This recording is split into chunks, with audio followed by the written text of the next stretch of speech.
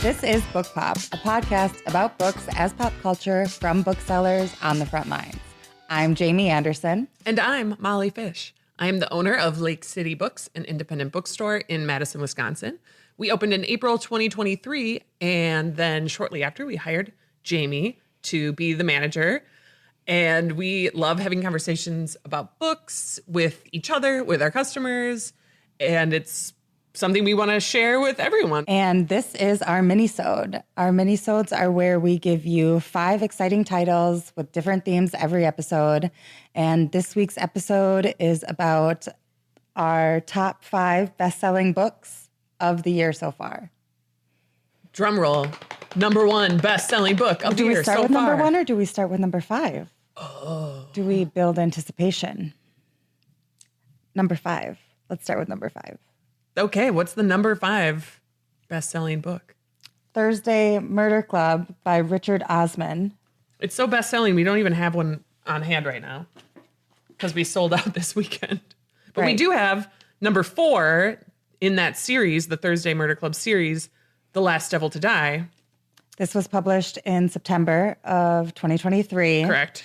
The Thursday Murder Club was published in paperback in August of 2021.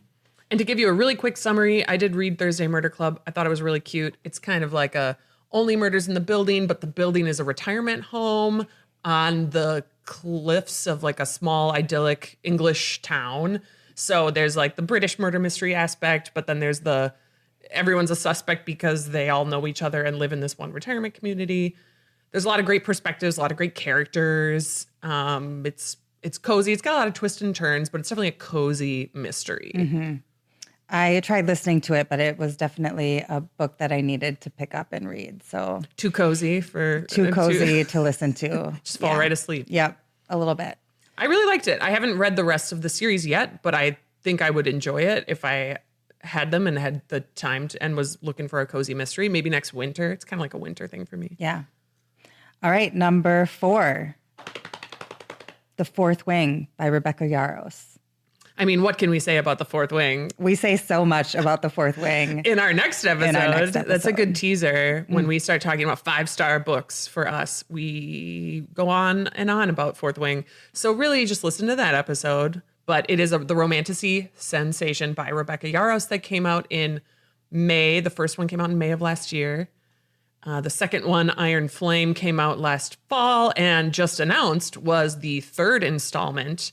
Onyx Storm, which will be coming out January 2025, available for pre-order at lakecitybooks.com. And I'm so excited I can't even describe the deluxe edition too. Oh yeah, you got to get the deluxe matching editions with the sprayed edges, the dragon outlines. They're so beautiful. I know. Yeah, it's so beautiful. The gold covers. Mm-hmm. So we're very excited about that already. I don't think we need to go much more into Fourth Wing right now because we talk about it a lot, but we both loved it. I don't know if you described it as this or I heard somebody else describing it as this. I don't think it was from my own words, but somebody said it is The Hunger Games meets dragons. Totally. And I felt like that was a really good, short. Yeah, that might be you in my, I should read what my little blurb is, my little staff pick blurb. But it definitely is Hunger Games. Everyone's fighting each other and killing each other off in this dragon rider school. But, there's dragons. Yeah. So it's like Game of Thrones-y too. Okay, number 3. Everyone in my family has killed someone. Mm-hmm. By Benjamin Stevenson. Yeah, this is one that neither of us have read, although Jamie did read the sequel. Everyone on this, listen to Everyone on This Train is a Suspect, which was good. And he plugs this book so much that it made me want to read it, which I'm sure was the purpose of that. Totally. Well, the description on the front, one of the blurbs says, Knives Out meets Richard Osman being the author of the Thursday Murder Club we were just talking about. So I feel like it is going to be another cozy mystery, but it's going to maybe be a little bit more cheeky, clever. That's kind of the Knives Out vibe that I get. I don't know if you watch those movies. They're so good. So entertaining. Yep. So I think I got to bump it up on my list. It's one of our best sellers so far this year, and I haven't even read it yet. So, and it just came out in paperback. Let's see, January of this year. So yeah. Number 2, one that we have both read, Heaven and Earth Grocery Store by James McBride. We also go on and on about this book in our next episode. Definitely a classic 5-star read for both of us. It hits all the boxes of literary, twisty, page turny. You want to know what happens. Insane character development. Insane. Beautiful dialogue. Can't say enough about the character development. Yeah. So you get to know like every character has such a purpose, and yeah, it's so good. Definitely listen to our next episode where we go into more detail about Heaven and Earth Grocery Store. And the number one. My drum roll, please. Hey. I suppose I could have done that. I feel like video people have been spoiling it now. Oh, that's all right. Number 1, a best-selling book of this year. Not a surprise. Far. Dune by Frank Herbert. So this was first published in 1965, but its following has recently ramped up with the production of Dune the movie and Dune 2 the movie. I don't know what they're called. I think it's Dune and Dune Part 2. Okay. Yeah, the movies were great and got a lot of people into the world. It's funny, I just talked to someone the other day who had seen the movies, hadn't read the book, which I think is pretty common. But that person said they thought the movies were really boring because there wasn't a lot of the world building and development. They were like, why should I care about these characters and these people? And I was like, well, any movie adaptation is really going to cut all that out. Yeah, I mean, how much time? This world is, there's, I think, 23 total Dune books. It's massive. And so you can't, especially to make a really beautiful film, you can't cram all that in. Yeah. So I do recommend to people that they read the book if they can handle hard sci-fi, which not everyone can.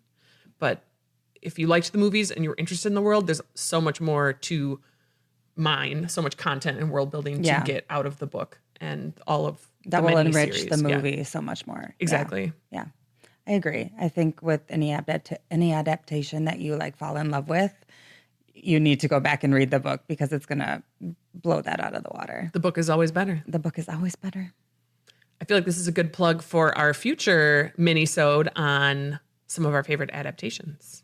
Absolutely. Thanks for listening to Book Pop.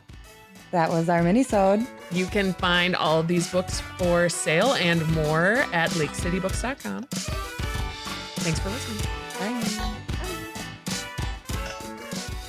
If you like Book Pop, check out I Know How This Book Ends with host and novelist Amin Pellizzeri as she interviews the biggest authors of this year's bestsellers and gets down and deep to reveal the true inspiration behind the stories. From Bengals co-founder and debut novelist Susanna Hoffs to New York Times bestselling authors Marie Benedict, E. Lockhart, Christy Woodson Harvey, just to name a few. I Know How This Book Ends, a Speak.Studio original. Hi, this is Angela Russell, host of the Black Oxygen podcast.